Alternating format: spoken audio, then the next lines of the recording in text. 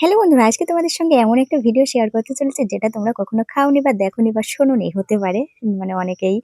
কিন্তু আমি আজকে তোমাদের সঙ্গে যেটা শেয়ার করতে চলেছি এটা কিন্তু মানে আমার তো মানে আমি মানে আগে কখনো কোনোদিন খাইনি। এই ফার্স্ট টাইম। এই যে দেখো কালকে তো আমি হচ্ছে তোমার ফ্রাইড রাইস বানিয়েছিলাম, সেটা তো তোমার সঙ্গে শেয়ার করেছিলাম। আর আমার জন্য আমার ফ্রাইড রাইসটা ভালো লাগে না, আমার জন্য সাদা ভাত তুলে রেখেছিলাম। সেই ভাতটা অনেকটা রয়ে গিয়েছিল, সেটাই আজকে আমি বেগুন, লঙ্কা, পেঁয়াজ দিয়ে ভাজা করেছি। জানি না খেতে কেমন হবে। আর এই যে দেখো মেয়ের ভাতটাও কিন্তু একটু গরম করে দিয়েছিলাম। ও এখন মাংস দিয়ে খাবে। আর আমি কিন্তু খেয়ে নেব বেগুন দিয়ে ফ্রাইড রাইস। তোমরা কেউ কখনো খেয়েছো কিনা আমি জানি না। আর যদি কেউ খেয়ে থাকো তাহলে কমেন্টে জানিও। আর এই যে দেখো কালকে ফ্রাইড রাইসের সঙ্গে কিন্তু শসা খাবো বলে শসা এনেছিলাম, কিন্তু শসাটা ভুলে গিয়েছিলাম কাটতে। তো শসাটা খাওয়া হয়নি, এখন খেয়ে নেবো। এই যে দেখতে পাচ্ছ কেটে মেয়েকে দিয়ে দিয়েছি, মেয়ে খেয়ে নিচ্ছে। এখন আমিও একটা খেয়ে নিচ্ছিলাম ভাতের সাথে। সত্যি বলতে কি বলতো, মানে ঘি ঘি গন্ধ আসছিল ভাতটা দিয়ে। আর তাছাড়া এমনি মোটামুটি বেশ ভালোই ছিল। তো যাই হোক, খাওয়া দাওয়া তো সেরে নিলাম, তারপরে চলে এসেছিলাম দুপুরে রান্না করার জন্য। আর কারেন্ট ছিল না আমাদের এইখানে। এই যে দেখতে পাচ্ছ মাছ রেখেছিলাম ফ্রিজে, মাছ রাখার পরে এই যে মাছের অবস্থাটা দেখো। অনেক সময় আগেই কিন্তু আমি বের করে রেখে দিয়েছিলাম, এত পরিমাণে বরফ হয়ে গিয়েছিল, সত্যি আমি খেয়াল করিনি। তো মানে পুরো জলটাই এই বাটির মধ্যে পড়েছিল আর কি। তো তারপরে কিন্তু বরফ হয়ে গিয়েছিল, অনেক সময় আমি বের করে রেখে দিয়েছি কিন্তু এখনো গলেনি। তো যাই হোক, আমি কিন্তু মাছটাকে পরিষ্কার করে ধুয়ে নিয়ে চলে এসেছি। আর বাটি ভর্তি পুরো বরফ হয়ে গিয়েছিল। আর এই যে দেখো এখানে কাঁচকলা আর পটল নিয়ে নিয়েছি, পটলটা ভাজা করব। আর কাঁচকলা দিয়ে আলু দিয়ে রুই মাছের ঝোল করব। তো মাছে কিন্তু আমি লবণ হলুদ মাখিয়ে নিয়েছি, কড়াইতে তেল দিয়ে দিয়েছি, কড়াইটা গরম হয়ে গেছে।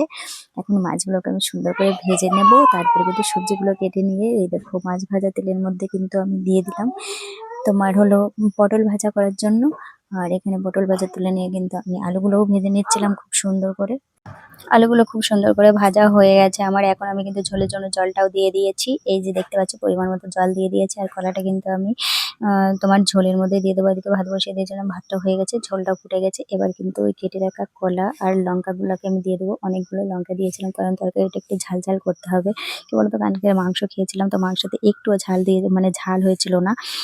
তো আমার তো একটুও ভালো লেগেছিল না। তার জন্য আজকে একটু মানে এমনি সিম্পলের মধ্যে পাতলা পাতলা ঝোল করছি মাছের, মশলা ছাড়াই শুধুমাত্র লঙ্কা দিয়ে। আর এই যে দেখো রান্না করতে করতে আমাদের এখানে এত পরিমাণে মেঘ করেছে, তোমরা দেখতে পাচ্ছ কিনা আমি জানি না।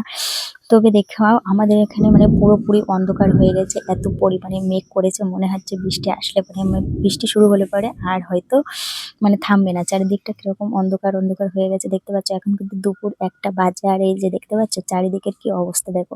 এই যে দেখো বলতে বলতে কিন্তু এত পরিমাণে বৃষ্টি মানে শুরু হয়ে গিয়েছিল, মানে ভয়ে বাইরে বেরোনোই যাচ্ছিল না। তো দরজা খুলে আমি হালকা করে একটু ভিডিও করে নিয়েছিলাম তোমাদের সঙ্গে শেয়ার করার জন্য। আর এই যে দেখো তার মাঝখানে কিন্তু একটুও ভিডিও করা হয়নি। স্নান টান করে আসার পরে দেখো সিঁদুরও পরিনি। আর এখন কিন্তু বাজে রাত 9টা।